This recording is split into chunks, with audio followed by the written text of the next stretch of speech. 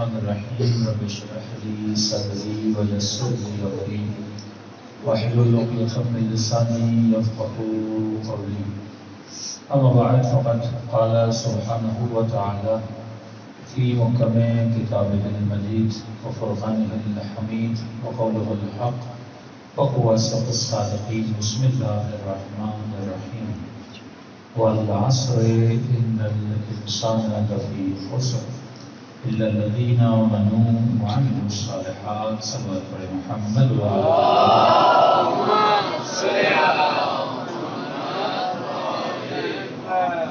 دعا ہے پروردگار عالم ہم سب کی عبادتوں کو اپنی بارگاہ میں قبول فرما دے اور جس مقصد زندگی اور حیات کی وجہ سے یہ مجالس رکھی جاتی ہیں ان مقاصد میں بھی ہم سب کو کامیابیاں عطا فرمائے۔ اسلامی تہذیب یا تہذیب اسلامی کے عنوان سے کل آپ نے ایک مجلس سنی کہ اللہ نے انسان کو پیدا کیا اور پیدا کرنے کے بعد اس اسلام کو، اس انسان کو اسلامی تہذیب میں ڈھالنا ہے۔ زندگی کرنا کمال نہیں ہے، آپ پیدا ہوئے اس میں آپ کا اختیار نہیں تھا، اس نے پیدا کیا۔ اور یہ بھی نہیں کہ آپ کہیں کہ میں جینا نہیں چاہتا، جینا بھی ہے۔ خودکشی اسلام میں حرام ہے۔ کتنے بھی مسائل ہوں، مصیبتیں ہوں، پریشانیاں ہوں، ان سانسوں کو روکنا میرے بس میں نہیں ہے۔ اگر روک سکوں گی تو حرام ہے۔ ان سانسوں کو، دلوں کی دھڑکن کو روکنا صرف اختیار پروردگار عالم کو ہے۔ تو میں دنیا میں آیا، آنے کے بعد زندگی کو مجھے گزارنی ہے۔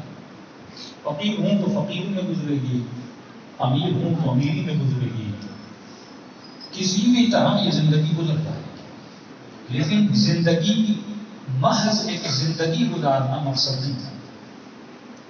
اس طرح تو مکھی کو بنایا، مچھر کو بنایا، بھینس ہے، بیل ہے، گدھا ہے، گھوڑے ہیں، زندگی وہ بھی گزارا ہے۔ لیکن اگر کسی راستے پہ کسی کتے کو مرا ہوا دیکھو تو یہ شرعی حکم نہیں ہے کہ اسے دفن کرو۔ ہزاروں مکھیوں کو مرا ہوا دیکھو، یہ نہیں کہا گیا کہ مکھیوں کو عزت و احترام سے اٹھاؤ اور دفن کرو۔ پھر اس انسان کی اتنی عزت کیوں ہے؟ جب یہ مر جاتا ہے تو واجب کفائی ہے کہ انسان اسے غسل دو، اسے کفن دو، عزت کے ساتھ اٹھاؤ اور اسے دفن کرو۔ سوال تو کرنا چاہیے، خدا زندگی تو اس نے بھی گزاری، زندگی میں نے بھی گزاری۔ حالانکہ جو حیوان ہے وہ گناہ بھی نہیں کرتا، جبکہ یہ وجود گناہ بھی کرتا ہے، یہ تیری نافرمانی بھی کرتا ہے۔ اس وجود کی اتنی عزت کیوں ہے؟ آواز آئے گی نفخت من روحی، اس وجود میں نفخ الہی ہے، اس وجود میں صفات الہیہ ہے۔ شیر کے دل میں رحم نہیں ہے، پر تیرے دل میں میں نے رحم ڈالا۔ دیکھیے، کھانا اگر کسی کو کھانے میں مزہ آئے یہ شہوت ہے۔ اگر کسی کو کھانے میں مزہ آ رہا ہے یہ شہوت ہے۔ لیکن اگر کسی کو علی کی طرح کھلانے میں مزہ آئے یہ فطرت الہی ہے کہ تجھے دیکھنا ہے تجھے مزہ کس چیز میں آتا ہے۔ کھانا کھاتے ہوئے تو بکری کو مزہ آتا ہے، کھانا کھاتے ہوئے تو شیر کو مزہ آتا ہے، کھانا کھاتے ہوئے تو گدھے کو بھی مزہ آتا ہے۔ لیکن یہ جو کھانا کھاتے ہو، میں نے آپ کو اپنے گھر میں دعوت دی، بہترین بریانی بنا کے کھلائی، 2 ہفتے کے بعد پوچھوں گا بریانی کیسی تھی، بھول جاؤ، ذائقہ کیسا تھا بھول جاؤ۔ لیکن اگر غریب کی مدد کرو، اگر کھلا کر لذت لو، اگر کسی مسکین کو کپڑے پہنا کر لذت لو، یہ لذت اتنی ہے کہ خدا سورہ حاقہ کو بھی اتار دیتا ہے۔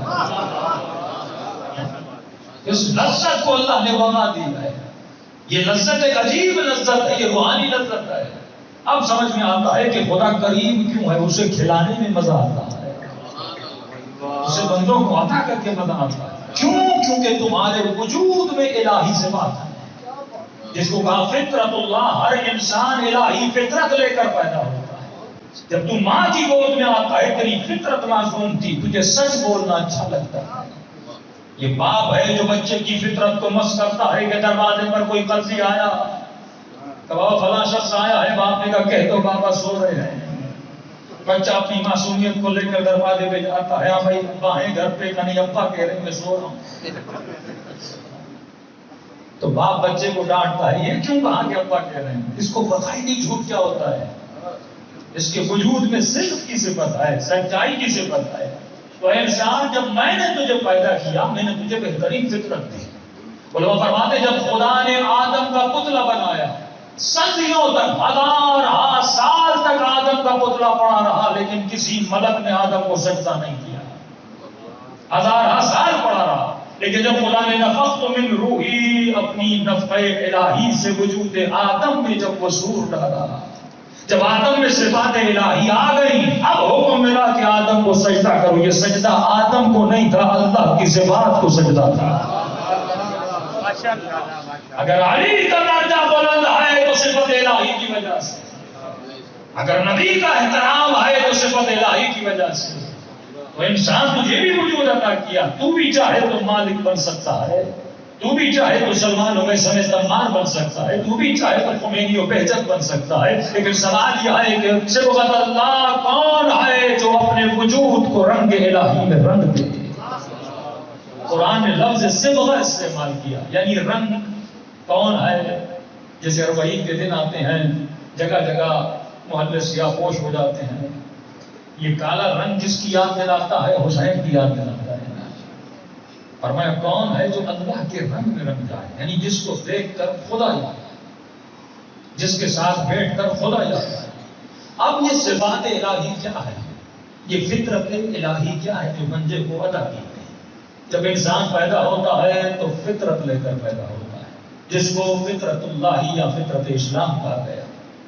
فرمایا یہ جو فطرت ہے یہ بھی سیدھی لکیر کی طرح ہے، اور جس راستے پر تجھے چلنے کے لیے کہا گیا وہ بھی صراط مستقیم سیدھا ہے۔ جس دین کو فالو کرنے کے لیے کہا گیا وہ دین بھی دین طیب ہے، یعنی سیدھا ہے۔ یاد رکھنا نہ دین میں زگزگ ہے، نہ تیری فطرت میں زگزگ ہے، نہ اللہ کی شریعت میں اور صراط میں زگزگ ہے۔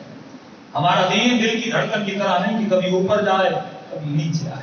یہی تو معیار تھا تشیع کا کہ ہاں اگر نبی کے ساتھ رہے ایمان سیدھا تھا تو نبی کے جانے کے بعد یہ لائن ٹیڑھی نہ ہو،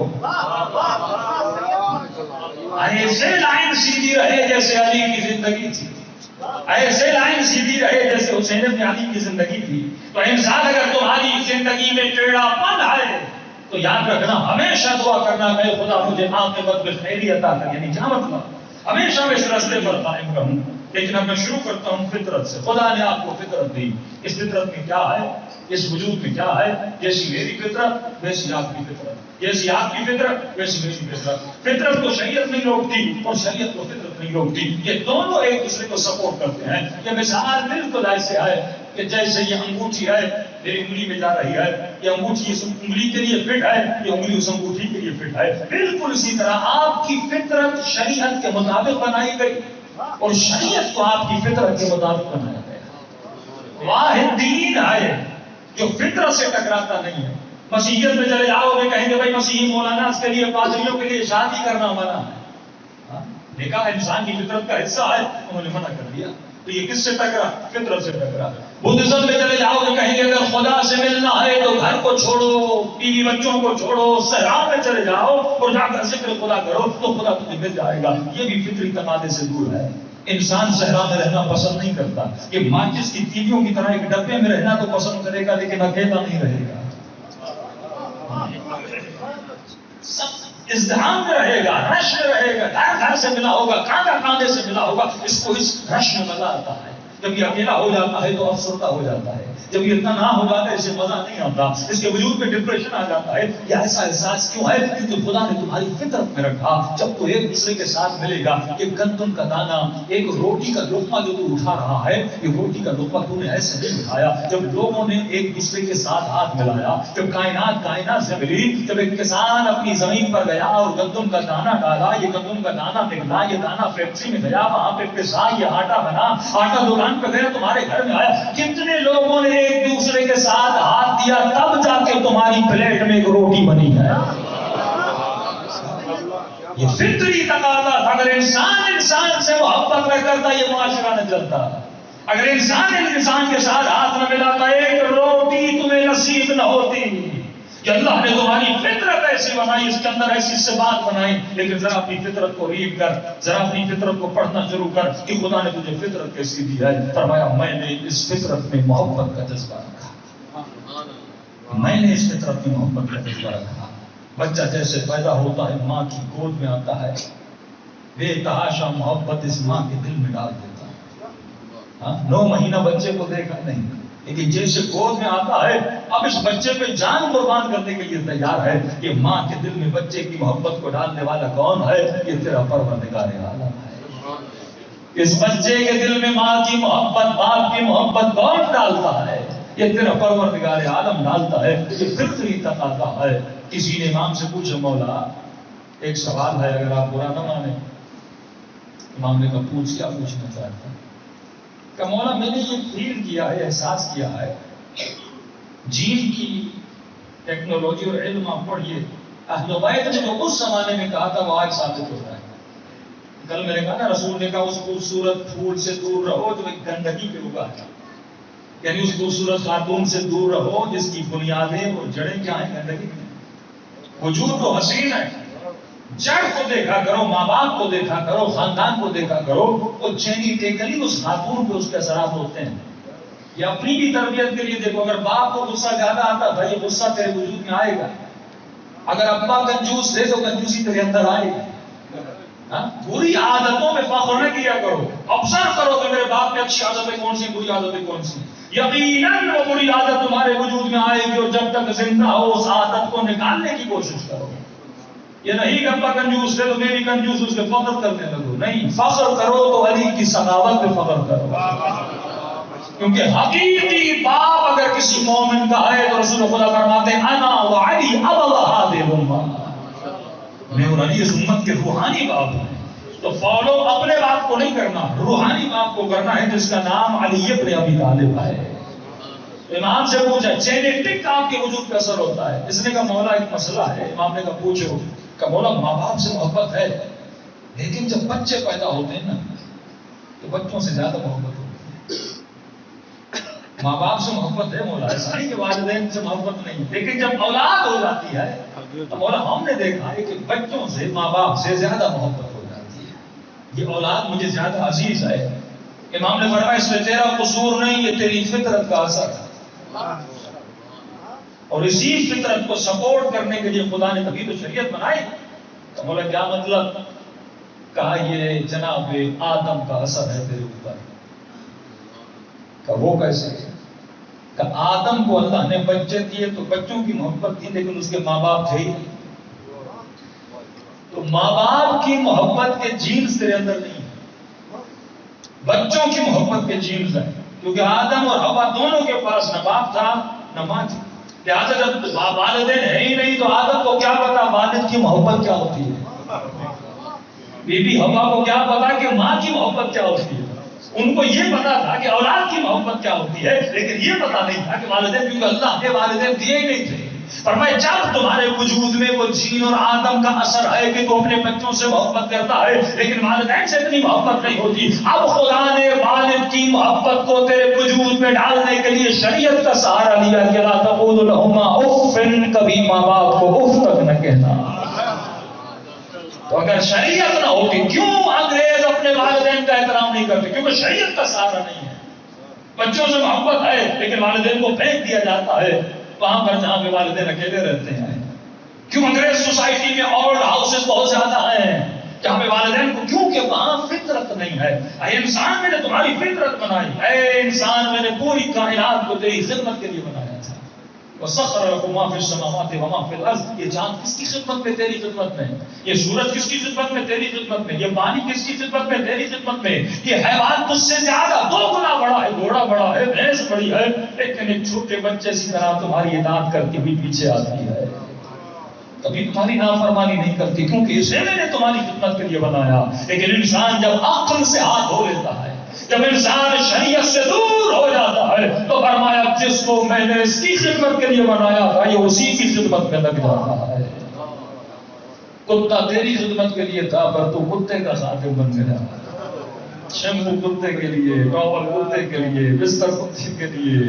جس کو میں نے تیری خدمت کے لیے بنایا تھا تو اس کا خادم بن گیا. تو جو علی کی خادمیت سے نکل جاتا ہے وہ کتے کا خادم بن جاتا ہے.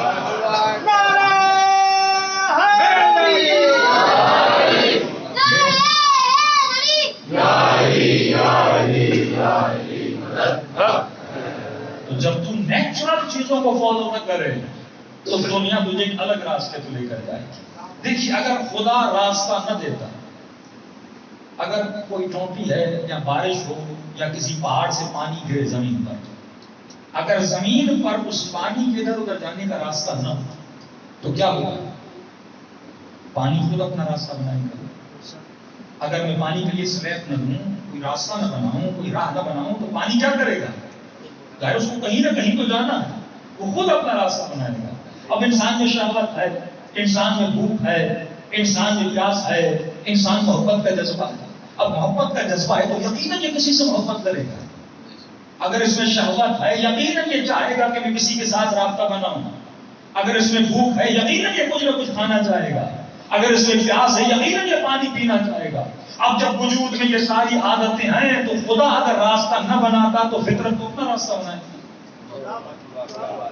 کوئی اس راستے پہ جائے گا، کوئی اس راستے پہ جائے گا، کوئی یہاں جائے گا، کوئی وہاں جائے گا. ظاہر اس کو اپنی شہوت کو، اپنے غصے کو، اپنی محبت کو کہیں نہ کہیں پہ اس کو ریلیز کرنا ہے نا. اب اسے بھوک لگے گی، یہ کیا کرے گا؟ کھانا نہیں ہوگا تو پتے کھائے گا، پتے نہیں ہوں گے تو ڈھبروٹی کھائے گا، وہ نہیں ہوگا کیک کھائے گا. بھوک تو لگی ہے نا، اس کو اپنی بھوک کو بجھانا ہے. اگر اس کو پیاس لگے گی اور پیاس کو بجھانے کے لیے اس کو کچھ بھی پینا ہے، یہ جوس بھی پیے گا، یہ پانی بھی پیے گا، کوئی شراب لا کر دے گا شراب بھی پیے گا. فطرت کو کہیں نہ کہیں پہ اپنا راستہ بنانا ہے تو خدا نے کہا کوئی راستہ ڈھونڈنے کی تلاش نہیں ہے، میں نے تجھے شریعت کا راستہ بنا کر دیا. یہ خلاصہ ہے کہ خدا نے شریعت کا راستہ دیا. اب انسان 15 سال کا ہوا، اس کے وجود میں محبت کا جذبہ ہے، ساتھ میں شہوت کا جذبہ ہے، نیگیٹو جنس کی طرف کھچاؤ اس کے وجود میں پیدا ہو رہا ہے. یہ فطری تقاضا ہے کہ انسان کو کھچاؤ پیدا ہوتا ہے. اب جب یہ فطرت کی حدود کو کراس کرتا ہے، اب جب اس کی محبت امڑنے لگتی ہے اور یہ محبت توڑتی ہوئی کسی غلط راستے پہ چلی جاتی ہے، جہاں محبت نہیں کرنی وہاں اس کی محبت سرحدوں کو توڑتی ہوئی جاتی ہے، تو یہاں شریعت آ کر اس کی محبت کو ایک حد دیتی ہے کہ تجھے ہر کسی سے محبت نہیں کرنی، محبت اس سے کرنی ہے جو لاحق محبت ہو. اے جوان، یہ محبت کا جذبہ ہر کسی کے لیے نچھاور نہیں کرنا. یہاں کے ہر جگہ پہ نہیں جانی، ان آنکھوں کو وہاں رکھنا ہے، اس محبت کو وہاں قربان کرنا ہے جو لاحق محبت ہو. اب انسان کو بھوک لگے گی، سفرے پر بیٹھے گا، اب جو سامنے آئے گا یہ کھانا چاہے گا. اب بھوک لگے گی، سامنے مچھلی کا گوشت بھی ہو سکتا ہے، میڈک کا گوشت بھی ہو سکتا ہے، کتے کا گوشت بھی ہو سکتا ہے، اور یہ چائنا چلا گیا. سفرے پر مختلف غذائیں موجود ہیں، فطرت میں کھانے کی طلب ہے. اب یہ کھانا کھاتا ہے تو اللہ کی آواز کہ تو حیوان نہیں ہے، تو انسان ہے. فَلْيَنْظُرِ الْإِنسَانُ إِلَىٰ طَعَامِهِ. کھاؤ، میں تجھے کھانے سے نہیں روکتا، لیکن دیکھ کر کھاؤ کہ حلال کیا ہے، حرام کیا ہے. یہ میں تجھے بتاؤں گا. تجھے سلیکٹڈ کھانے ہیں. تو سوال پروردگارا، میں سلیکٹڈ کھانے کیوں کھاؤں؟ کہ کیونکہ میں نے تجھے بنایا ہے. کس نے بنایا ہے؟ میں نے تجھے بنایا ہے. میں جانتا ہوں اس جسم میں اچھا کیا ہے، برا کیا ہے. کل دانت کی مثال دی تھی کہ نہیں دی تھی؟ آپ کو یاد ہے نا کہ 4 نوکیلے دانت دیے ہیں، 26 فلیٹ دانت دیے ہیں. بکری کے سارے دانت فلیٹ ہیں، ایک نوکیلا نہیں. کیوں؟ کیونکہ بکری ویجیٹیرین ہے، وہ سبزی کھاتی ہے. دیکھو بکری اپنی فطرت سے نہیں ہٹتی، سامنے گوشت رکھو منہ تک نہیں لگائے. یہ انسان پہلا حیوان ہے تو اپنی فطرت سے ہٹ جاتا ہے. بکری اپنی فطرت سے نہیں ہٹتی. شیر کو گھاس دو، گھاس نہیں کھاتا. کیوں؟ کیونکہ اللہ تمہارے وجود میں کوئی بھی چیز ایکسٹرا نہیں ڈالتا. کوئی کہے کہ مولانا اللہ نے 2 کڈنیز دی ہیں، کڈنی کسی اور کو دے دوں. اس نے 2 دی ہیں، یقیناً اس بدن کو کڈنی کی ضرورت تھی. جو چیز دیتا ہے برابر دیتا ہے. پوری بکری کے دانت فلیٹ ہیں کیونکہ اسے سبزی کھانی تھی. شیر کو نوکیلے دانت دیے، تجھے بھی نوکیلے دانت دیے. لیکن سوال یہ ہے 4 کیوں دیے؟ 3 دیتا, 1 دیتا, 12 دیتا, کتنے دیے؟ 4 دیے. نہیں اللہ میں علی والا ہوں 12 دو. فطرت کو عقیدوں پہ نہیں بناتا, لاجک سے بناتا ہوں. اللہ نے 4 تمہیں نوکیلے دانت دیے, باقی سارے فلیٹ دانت دیے. فلیٹ دانت ہیں سبزی کے لیے, نوکیلے دانت ہیں گوشت کے لیے. 30 دانت ہوں اور 4 دانت نوکیلے ہوں, 26 دانت فلیٹ ہوں. مہینے میں دن کتنے بنے؟ 30. تو مہینے میں کتنی بار گوشت کھانا ہے؟ 4 بار. کتنی بار سبزی کھانی ہے؟ 26 بار. اب اگر جسم کو صحت دینا چاہتے ہو تو فطرت کے مطابق چلو. کولسٹرول ہوگا نا بیماری ہوگی. اگر بندہ جہاں گوشت دیکھے اور اس گوشت پہ ٹوٹ پڑے, امام فرماتے ہیں یہ ٹوٹنے والے لوگ تعلیم نماز پڑھنے میں مولا آپ کے پیچھے مزہ آتا ہے, اچھا کھانے کھانے میں وہ شام کا سفرہ بڑا اچھا. امام فرماتے ہیں 50-50 شیعہ مجھے نہیں چاہیے کہ سفرہ اس کا پسند ہے اور نماز علی کی پسند ہے. یہ کیسا شیعہ ہے؟ چلو تو فطرت کے مطابق چلو تو جسم کو بھی صحت ملے گی, روح کو بھی صحت ملے گی. جب جسم تکلیف میں اور بیماری میں ہوتا ہے تو نماز میں مزہ نہیں آتا. جب جسم صحت مند ہوتا ہے تو نماز میں مزہ آتا ہے, مجلس میں بیٹھنے بھی مزہ آتا ہے, کیونکہ جسم اور روح کا گہرا تعلق ہے. تو انسان میں نے تمہاری فطرت کو ایسے بنایا جس فطرت تمہارے جسم کو بھی بچائے, تمہارے روح کو بھی بچائے. تبھی تم دعا کرتے ہو کہ ربنا آتنا فی الدنیا حسنہ وفی الآخرۃ حسنہ. اے خدا دنیا بھی حسین بنا, آخرت بھی حسین بنا. صلوات پڑھے محمد و آل محمد.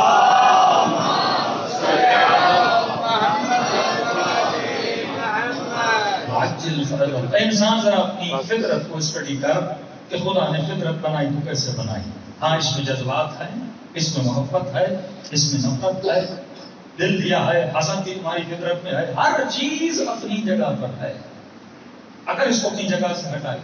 جیسے خواتین نے نعرہ بلند کیا ایکوالٹی کا نعرہ, کیوں بھائی عورت کو کمزور کہتے ہو اور مرد کو مضبوط کہتے ہو؟ فرمایا میں نے تمہاری فطرت میں کمزوری رکھی ہے اور مرد کی فطرت میں طاقت رکھی ہے. تک مولا فرماتے ہیں مرد کے لیے بہتر یہ ہے کہ مرد بہادر رہے اور عورت کی بہتری میں ہے کہ عورت کمزور رہے. عورت کی فطرت میں ہے کہ عورت بزدل رہے, مرد کی فطرت میں ہے مرد بہادر رہے. بزدلی اس عورت کی فطرت کو بچاتی ہے. لیکن کوئی خاتون کہ نہیں میں تو بہادر ہوں, چور سے بھی میں لڑوں گی, فوج میں بھی میں جاؤں گی, تو فطرت کو تباہ برباد کر دیں. اور کئی ایسے شوہر میں نے دیکھے تو بیویوں کو ڈانٹتے ہیں, ہاں بھائی تم اتنی ڈر کو گلی والی اور کاکروچ سے ڈرتی ہو, چکی سے ڈرتی ہو, چوہے سے ڈرتی ہو. بھائی ڈرنا اس کی فطرت میں ہے, اس کی فطرت میں اللہ نے رکھا ہے کہ یہ ہر چھوٹی چیز سے ڈرے. تم کبھی بھی اس کی فطرت کو ختم نہیں کر سکتے. کئی میں نے دیکھا والدین بیٹیوں کو ڈانٹتے ہیں, بیٹا یہ کوئی ڈرنے کی چیز ہے.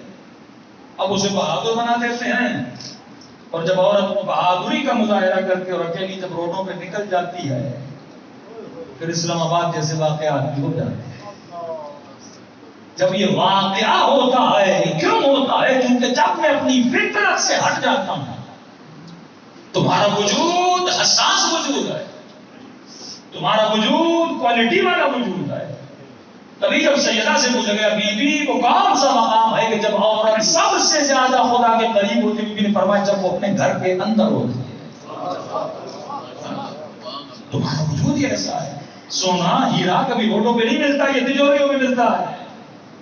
تمہارے وجود کو میں نے حسن عطا کیا, اور جب بازاروں میں جاؤ گی اس حسن کے چوری کرنے والے اور ڈاکے ڈالنے والے بہت ہیں. اتنے مردوں کو مجبور کرو گے نگاہوں کو چھپائیں, سارے تو متقی نہیں ہیں, سارے تو پرہیزگار نہیں ہیں. یعنی یہ بالکل ایسے ہے کہ میں ہاتھ پہ سونا رکھوں اور مارکیٹ میں گھوموں, بھائی چور نہیں ملنا چاہیے. ایک ایسا شہر ہو جس کے بازار میں سونا رکھ دیا جائے اور لوگ سارے متقی بن جائے, کوئی چوری نہ کرے, ہو ہی نہیں سکتا. ہر چمکتی ہوئی چیز انسان کو اٹیک کرتی ہے. یہ نہیں کہ سب کو اللہ نے عصمت دی, نفس دی ان نفس لما اراد بالسوء, یہ نفس انسان کو خلاف پیدا کرتا ہے. گناہ جب بھی معاشرے میں ہوتا ہے دو لوگ اس میں انوالو ہوتے ہیں, ایک دعوت دینے والا, ایک دعوت کو قبول کرنے والا. یہ ناممکن ہے کہ میں دعوت کو قبول نہ کروں اور گناہ میں پڑ جاؤں. کبھی فرمایا عورت کے لیے ہے بزدل ہے کہ نہیں کہ شوہر کو کہے کہ چوروں سے میں لڑتے جاتی ہیں تم نیچے بیٹھ جانا. تمہارا وجود ہی ایسا نہیں. اللہ نے ٹوٹل ایموشنز کو الگ بنایا. اے عورت تمہارے وجود میں خدا نے پیشن اور صبر رکھا. صبر تمہاری فطرت کے لیے ناز ہے. مرد میں اتنا صبر نہیں جتنا عورت میں صبر ہے. بچہ ایک بار باپ سے پوچھے گا بابا یہ کیا ہے؟ بیٹا پنکھا ہے. دوبارہ کہے گا بابا یہ کیا ہے؟ بیٹا یہ پنکھا ہے. پھر پوچھے بابا یہ کیا ہے؟ بیٹا بولا نا پنکھا ہے. پھر چوتھی بار بابا یہ کیا ہے؟ اب پھر جواب نہیں آئے گا، چاٹا ہے. 4 بار بتا چکا ہے، 4 بار. مرد کا حوصلہ کم ہوتا ہے. لیکن ماں سے 100 بار بھی پوچھے. کمال ہے عورت کا. اللہ نے اسے صبر دیا. کیوں دیا؟ کیونکہ اس عورت کو ایک ایسا بچہ پالنا تھا جو معاشرے میں اکبر بنے. عباس اگر عباس ہے، یہ عباس کا کمال نہیں، ام البنین کا کمال ہے. علی اکبر اگر علی اکبر ہے، یہ اکبر کا کمال نہیں، اس کی ماں کی گود کا اثر ہے. ابھی جناب فرماتی تھی میرے لال میدان میں جانا ہے، سارا اور لوٹ کے آیا ہے، دنیا کہے اس کی ماں کے دودھ کا اثر ہے. یہ ماؤں کی گودیں ہوتی ہیں جو بچوں کو پالتی اور تربیت دیتی ہیں. یہ مائیں ہوتی ہیں جو بچوں کو بہادر بناتی ہیں. یہ مائیں ہوتی ہیں اور ماں کی گود ہوتی ہے جو بچوں کو عصمت سکھاتی اور حیا سکھاتی ہے. تو خاتون اپنی ڈیوٹی کو پہچان، اے جوان اپنی ڈیوٹی کو پہچان. تمہاری ڈیوٹی اور ہے. تمہارے اوپر خدا نے نفقے کو واجب کیا. تمہاری ڈیوٹی ہے کہ تم کمانے جا اور اس خاتون کو عزت سے گھر میں بٹھا کر کھلائے. جب باپ کے گھر میں ہے تو باپ کھلائے گا، اور جب شادی ہو جائے گی تو شوہر کھلائے گا. اس کی ڈیوٹی نہیں ہے تمہارے لیے کمائے. اور یہ بھی فطری تقاضا ہے. آنسو پر باتیں سخی بن کر بولا کیوں؟ کہ جو ہاتھ دینے والا ہوتا ہے وہ ہمیشہ حاکم رہتا ہے. جو ہاتھ دینے والا ہوتا ہے وہ ہمیشہ حاکم رہتا ہے. جو لیتا رہتا ہے وہ ہمیشہ غلام رہتا ہے. چھوٹی سی مثال دوں، برا نہ مانے تو آپ پریشان لگ رہے ہیں مجھے. بیٹا جوان ہے، باپ ابھی برسر کاروبار ہے، اور آپ نے اس بیٹے سے کہا کہ آپ کی یہ سیکنڈ ہینڈ گاڑی ہے، میں آپ خریدنا چاہتا ہوں. بیٹا کیا کہے گا؟ بابا سے پوچھو بتاتا ہوں. اور جب باپ بوڑھا ہو گیا اور اس باپ سے جا کر آپ نے کہا کہ مجھے آپ کی گاڑی چاہیے، تو باپ کہتا ہے بیٹے سے پوچھ کے بتاتا ہوں. فرق دیکھا؟ جب بیٹا نوجوان تھا، جب تک باپ کا کھا رہا تھا کہہ رہا تھا بابا سے پوچھ کے بتاتا ہوں. اور جب وہی باپ بیٹے کا کھانے لگا تو کہنے لگا بیٹے سے پوچھ کے بتاتا ہوں. تو جو کھلاتا ہے نا وہ حاکم رہتا ہے، جو کھاتا ہے نا وہ غلام رہتا ہے. یہ ممکن نہیں کہ بیوی کمائے اور شوہر کہے میری حاکمیت باقی رہے. ہو ہی نہیں سکتا. جوڑوں کا غلام اور رنگ مرید کا ذکر بھی چل رہا تھا ہمارے. پھر بیوی کا سنے گا کیونکہ اس کا کھا رہا ہے. جو کھلاتا ہے اس میں حاکمیت ہوتی ہے. اب فطرت کا کلیش ہوا کس سے؟ اگر یہ فطرت شریعت کے ساتھ چلتی ہماری زندگیاں سکون میں ہوتی. اب ہمارا مسئلہ کیا ہوا؟ اللہ نے فطرت دی اسلام والی، لیکن جس معاشرے میں ہم رہ رہے ہیں وہ معاشرہ اسلامی نہیں. معاشرے کا یعنی ہمارے معاشرے کا کلیش ہوا ہماری فطرت سے، ٹکرا ہوا فطرت سے. اب بندہ کرے تو کیا کرے؟ مسلم شیعہ مومن ہونے کا چلا گیا. اب بیوی کو کہنے لگا کہ بھائی امریکن سوسائٹی میں ہے کہ آپ بھی کام کرو میں بھی کام کروں. بیوی بھی کام کرے شوہر بھی کام کرے. ٹھیک ہے، اگر امریکہ کا کلچر ہی ہے تو میں کام کرنے کے لیے تیار. اب بیوی بھی کام کر رہی ہے پیسے آ رہے ہیں، میاں بھی کام کر رہا ہے پیسے آ رہے ہیں. اب اس مسلم نے خود کو امریکن کلچر میں ڈال دیا. اب وہی بیوی تھکی ٹوٹی جب کام سے گھر واپس آئی تو شوہر نے کہا تھوڑا سا کھانا بنا کے دو. یہ تو نہیں ہو سکتا کہ صبح نوکری پہ جاؤں امریکن بن جاؤں اور شام کو کھانا بنا کے پاکستانی بن جاؤں. نہیں، یہ نہیں ہو سکتا. اب پیزا کھانا پڑے گا، آرڈر دیتی ہوں وہ کھانا پڑے گا. یا میں کماؤں گی یا میں کام کروں گی. کلیش آف فطرت اینڈ کلچر، یہ دونوں چیزوں کا بڑا ٹکراؤ ہے ہماری سوسائٹی میں. ایک مرتبہ جوان اسلام جوان کو کہتا ہے یہ کرو، لیکن جب وہ یونیورسٹی میں جاتا ہے کلیش آف اسلام ہے، فطرت ہوتا ہے. کرے تو کیا کرے؟ باپ بیٹے کو پالنا چاہتا ہے، اس سوسائٹی میں بڑھنا چاہتا ہے. سب سے جنگ جو رسول خدا نے لڑی وہ سوسائٹی کی جنگ. 40 سال اسلام کا اعلان نہیں کیا، پہلے 40 سال اسلام کی تہذیب کو نبی نے اپنایا ہے. کہ حبیب جھوٹوں میں رہو پر سچے رہو، بے حیاؤں میں رہو پر حیا ساتھ رہے، چوروں میں رہو پر امین باقی رہو. تو مصطفیٰ نے پہلے اسلامی تہذیب کو متعارف کروایا، اس تہذیب سے غلاموں کو اٹریکٹ کروایا. عرب کی تہذیب جہاں پہ یہ سپر کلاس والا ہے اور یہ اپر کلاس والا ہے، یہ سپیریئر یہ امیر ہے یہ غریب کا تاثر، میں حسین ہوں تو کالا ہے، میں طاقتور ہوں تو دبلا ہے. یہ عرب کی تہذیب تھی کہ ہم اپنے قبائل کی تہذیبوں کو فالو کریں گے، اسلام کو فالو نہیں کریں گے. تو رسول کا سب سے بڑا کلیش تھا وہ عرب کی ثقافت سے. اور یہی ہمارا کلیش ہوتا ہے کہ ہم مسلمان تو بن گئے، اسلام کو دلا لیا، لیکن ہم نے اسلام کے ساتھ ساتھ اپنے کلچر کو بھی اپنا لیا. میری شادیوں میں جو رسم و رواجات ہوتے ہیں ان کا اسلام سے کوئی لینا دینا ہے نہیں. مختلف جگہوں میں مختلف رسمیں ہوتی ہیں. مثلا کالی بلی گزر گئی تو سفر نہیں کرنا، یہ چیز ہو گئی تو یہ نہیں کرنا. یہ جتنے بھی واقعات ہیں جن کو ہم شرعی حیثیت دیتے ہیں، ان سب کی ابتدا ایک حادثہ ہوتا ہے، ایک واقعہ ہوتا ہے. مثلا ایک بندہ سفر پہ جا رہا ہے، کالی بلی گزر گئی، اس کا ایکسیڈنٹ ہو گیا، آج کے بعد کبھی سفر میں نہیں جائیں گے. جتنے بھی واقعات رسول خدا کا سب سے بڑا مقابلہ تھا عرب کے کلچر سے. اس کلچر میں بے حیائی تھی، اس کلچر میں چوری تھی. ایک اونٹ کے مرنے پہ 70 سال عرب لڑتے رہتے تھے. رسول خدا نے 4 مہینے شہر الحرام کا اعلان کیا کہ 4 مہینوں میں کوئی کسی کا خون بہا نہیں سکتا. وہ عرب جو خون کا پیاسا تھا، اس عرب کو رسول نے کہا 4 مہینہ تجھے تلوار نہیں چلانی. اب کوئی بھی بری عادت ہو، وہ 40 دن سے زیادہ انسان کے وجود اگر اس کو روک لے تو وہ عادت نکل جاتی ہے. عربوں کو 4 مہینہ روک کے رکھا، ان کی بری عادتیں ان کے وجود سے نکل کے چلی گئی. وہ عرب جس میں بوڑھوں کا بڑا مقام تھا، ان بوڑھوں میں رسول نے علی کا ہاتھ بلند کر کے کہا من کنت مولا ہوا.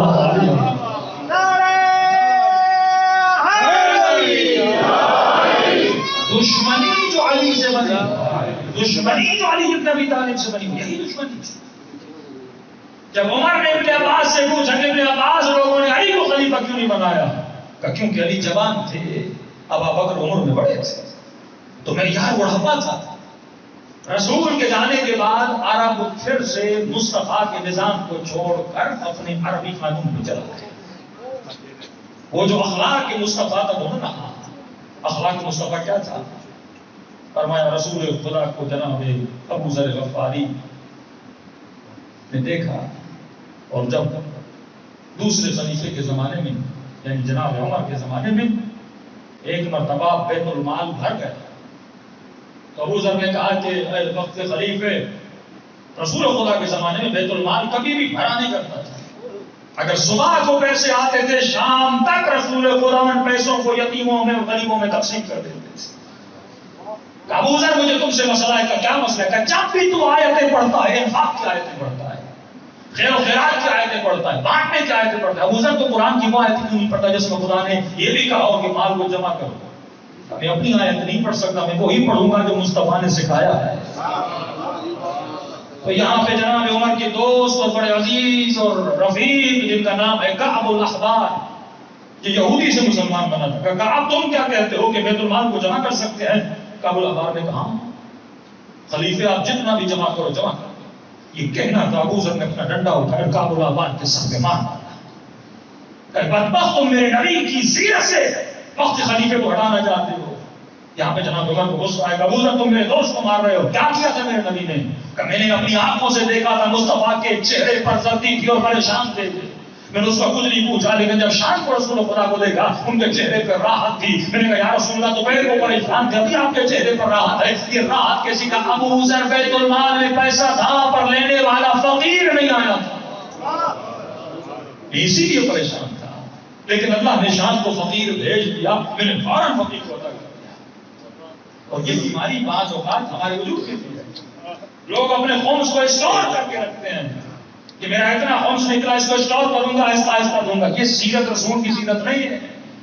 جب بھی غریبوں کا حق تمہارے ہاتھ پہ آتا ہے فی الفور اس کو غریبوں میں تقسیم کر دو. کبھی بھی بیت المال کو اسٹور کرنا یا کسی غریب کے حق کو اسٹور کرنا یہ باعث گناہ ہے. یہ سیرت رسول نہیں سیرت خلیفہ تو ہو سکتی ہے. صلوات پڑھے محمد والے محمد.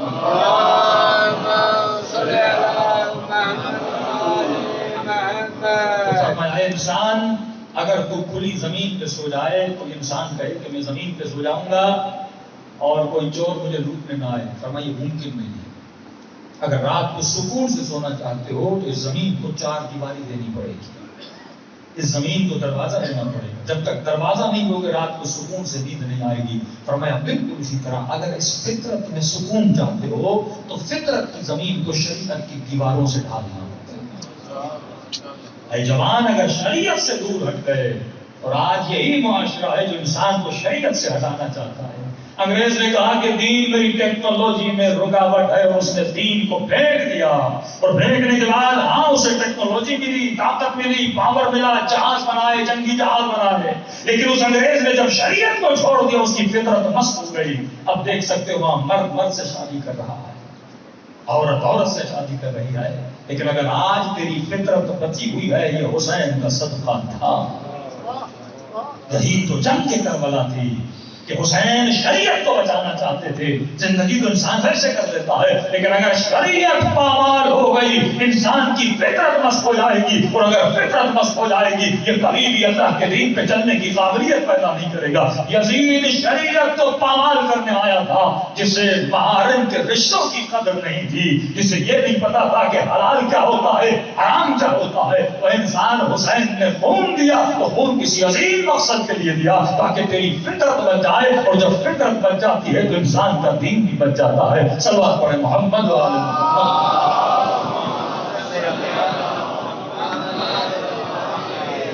اور انسان خدا نے تجھے کھانے سے منع نہیں کیا پینے سے منع نہیں کیا محبت کرنے اور شادی کرنے سے منع نہیں کیا.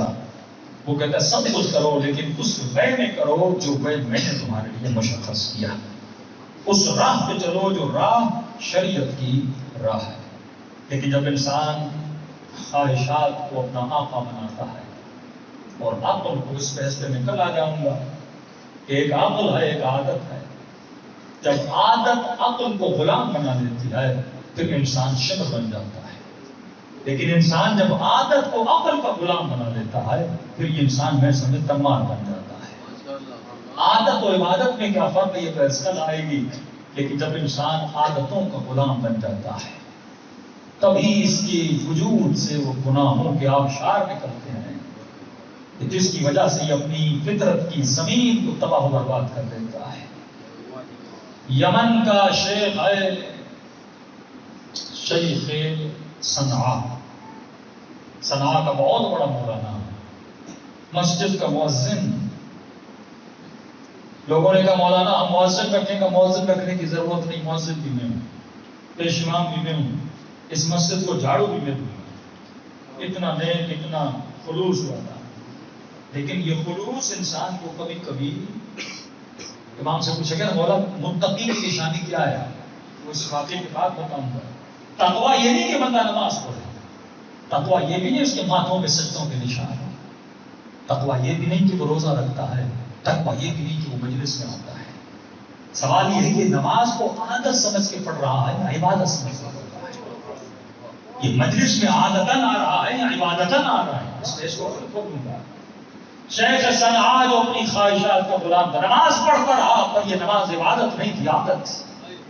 اذانیں دیتا رہا یہ اذان عادت تھی. ایک مرتبہ جب اذان دینے کے اوپر منارے تھا اس نے کہا اللہ اکبر. اللہ صرف اس کے لیے نام کا حقیقت نہیں تھی. اس نے کہا اشہد ان محمد رسول اللہ. محمد کا صرف نام کو جانتا تھا اس کے اخلاق و کردار سے بہت دور تھا. اذان دیتے دیتے اوپر تھا مسجد کے لوگوں کے گھروں پہ نکال پڑی. ایک گھر دیکھا اس گھر کے صحن میں حسین خاتون برتن اور کپڑے دھو رہی تھی. شیخ صنعاء نے اذان کو بیچ میں چھوڑا منارے سے نیچے اترا. لوگوں نے کہا شیخ صاحب کہاں جا رہے ہو؟ نماز پڑھو میں آتا ہوں. دوڑا دوڑا اس گھر کی طرف گیا. دروازے پہ دستک دی. ایک شخص نکلا کہا کہ آپ کے پاس بیٹی ہے؟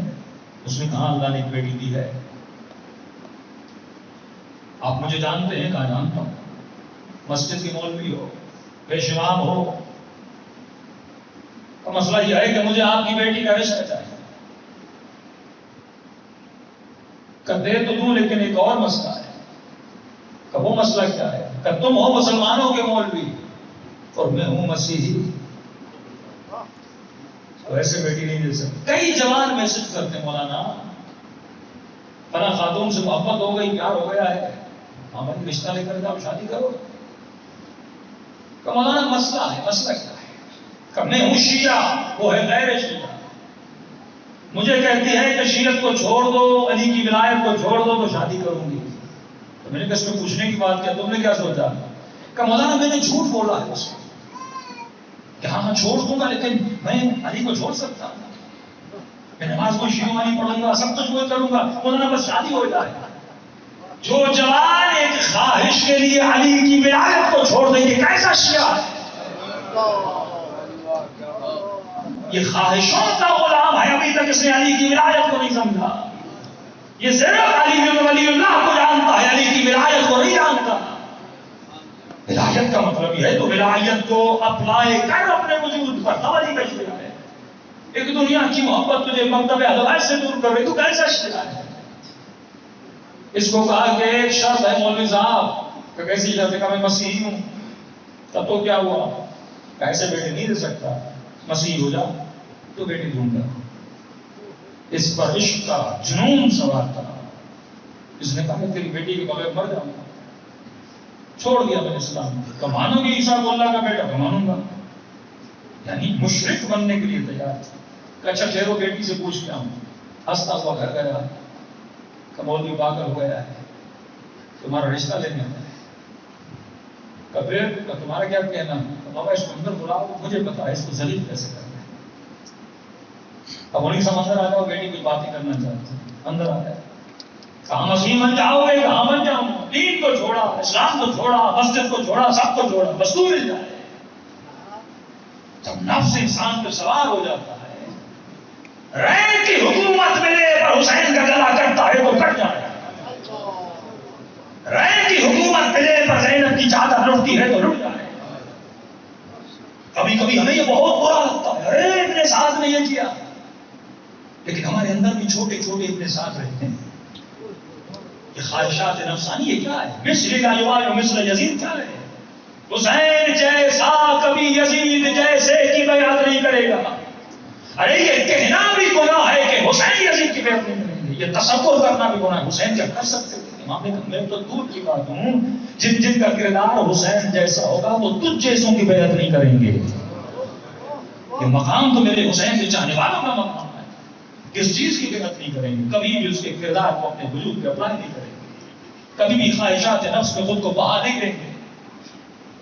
تو مولوی صاحب کرو گے کہ جو کہو میں بننے کے لیے تیار ہوں، کہ میری 3 شرطیں ہیں۔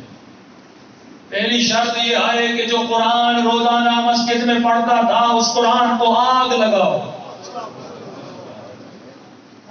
جنون سوار تھا اس پر، دوڑتا ہوا گیا مسجد سے قرآن لے کر آیا، اس کے سامنے اس نے قرآن کو آگ لگا دی۔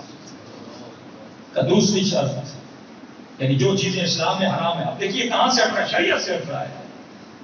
جب فطرت شریعت کو چھوڑ دیتی تو انسان گناہ میں پڑ جاتا ہے۔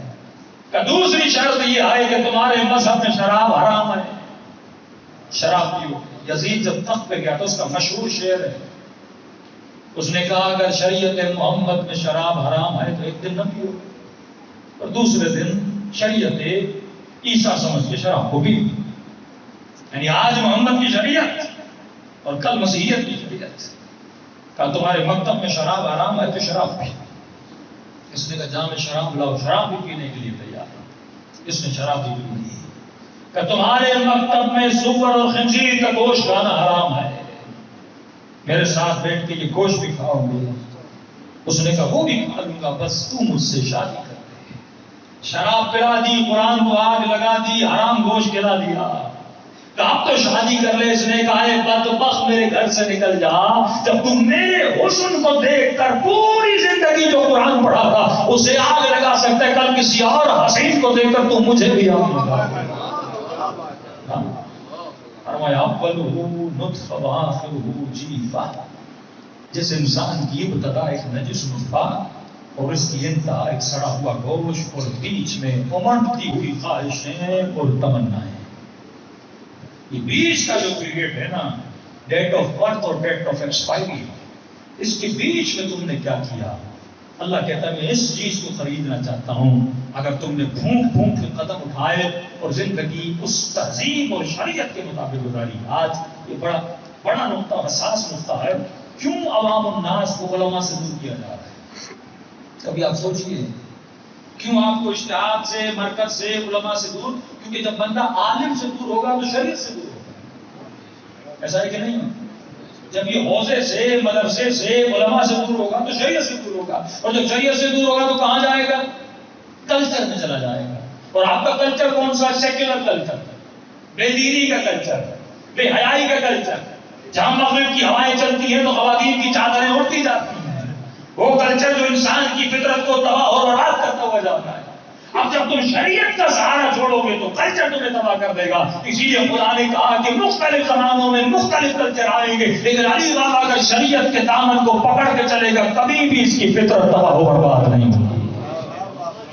اسی لیے ہر مومن کے گھر میں توضیح المسائل ہونا چاہیے تاکہ تجھے پتا چلے کہ شریعت نے تمہیں کیا کہا. ہر کسی کے گھر میں حدیث کے ساتھ تو ہے لیکن توضیح المسائل نہیں ہے. حدیث کے ساتھ ہی تب قبول ہوتی ہے جب تو توضیح المسائل پڑھ کو صحیح وضو کرتا ہے. جوان جب شریعت سے دور ہوتا ہے 20 سال گزر جاتے ہیں، اسے یہ تک نہیں پتا غسل واجب کیا ہے.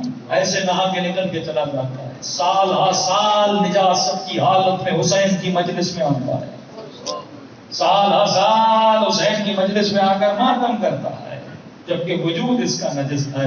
تو شریعت تیرے جسم کو پاک بناتی ہے اور فطرت تیرے روح کو پاک بناتی ہے. صلوات پڑھے محمد و آل محمد.